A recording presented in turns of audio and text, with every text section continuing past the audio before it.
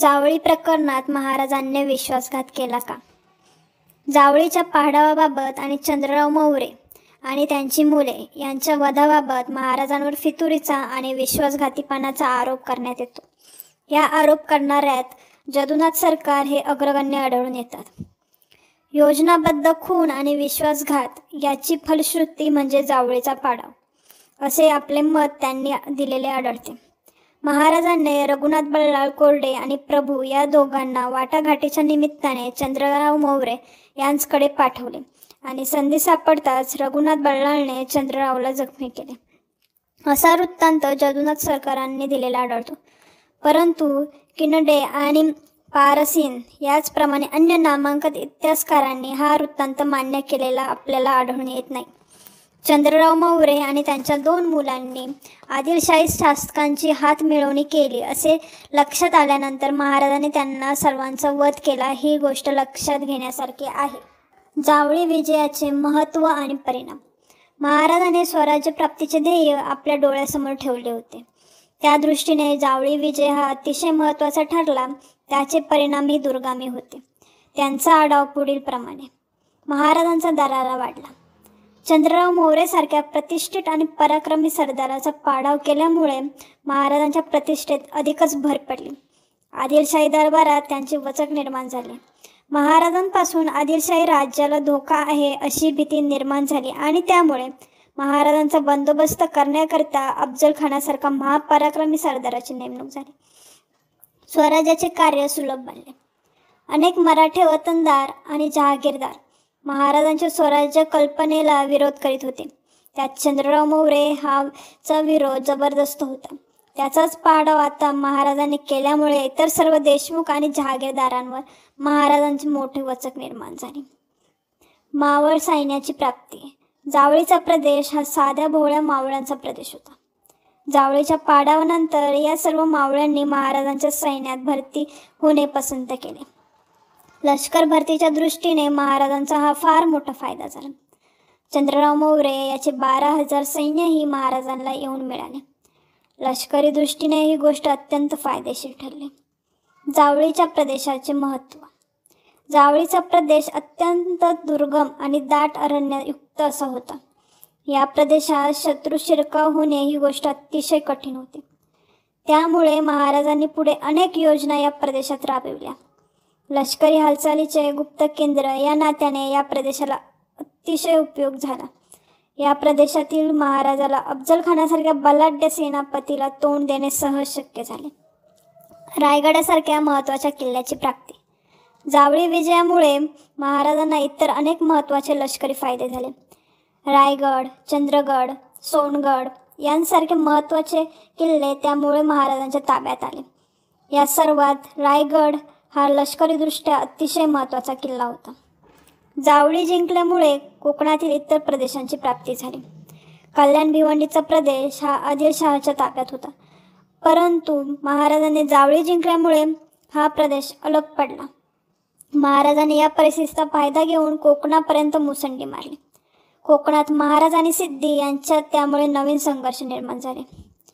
आरमारी सत्तांशी आपण लढावे लागणार याची महाराजांना जाणीव झाली. जावळी विजयामुळे महाराजांना कोकणात प्रदेश झाला, त्यामुळे त्यांना सिद्धीशी खटका उडू लागला. कोकणात इतरही आरमार सत्ता होत्या.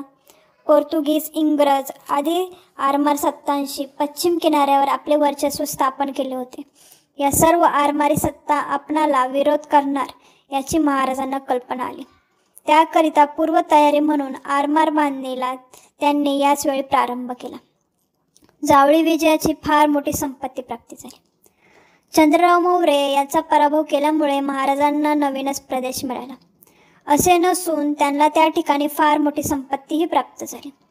चंद्रराव मौर्य पळून गेल्यामुळे त्यांची सर्व पिढीजात संपत्ती महाराजांच्या ताब्यात आली. स्वराज्याच्या कार्यास हा एक मोठा शुभशकुनच ठरला.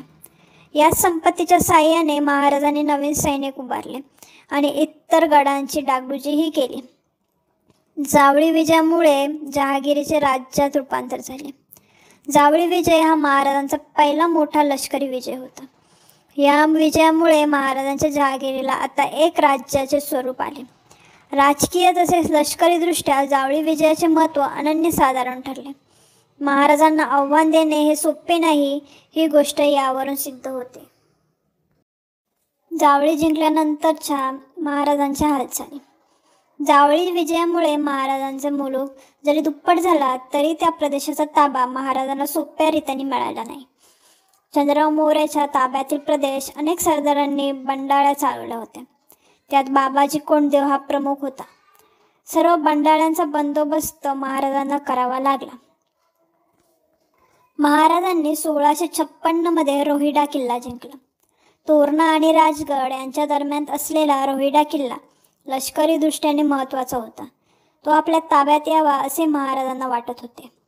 हा किल्ला हिरडस मावळाच्या देशमुखांच्या हाती होता. शेवटी महाराजांनी त्या किल्ल्यावर स्वारी केली. देशमुखांनी अतिशय शर्तीने प्रतिकार केला.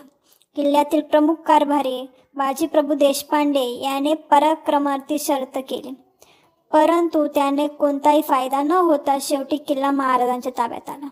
महाराजांच्या खास विनंतीवरून बाजीप्रभू देशपांडे हा महाराजांच्या नोकरीत येऊन सामील झाला. 1656 साली सुप्याची स्वारी केली.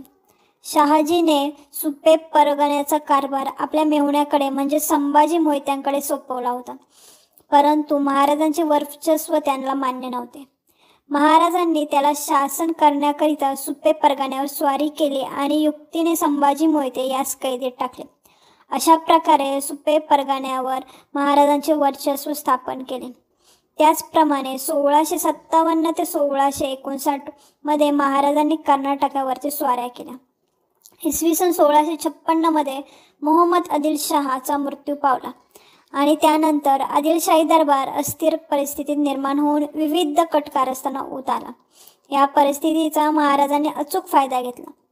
आदिलशाही धारवाड प्रांतावर महाराजांनी स्वारी केली, म्हणून त्यांचा बंदोबस्त करण्याकरिता आदिलशाही दरबाराने मोहम्मद इखलसखान याची नेमणूक केली. त्यामुळे महाराजांनी धारवाड प्रांतातून तात्पुरती माघार घेतली. यानंतर 1657, 1658 आणि 1659 या तिन्ही वर्षी कर्नाटकावर महाराजांनी स्वाऱ्या केल्या. या स्वाऱ्या पैसे मिळवण्याच्या दृष्टीने अतिशय उपयुक्त ठरल्या.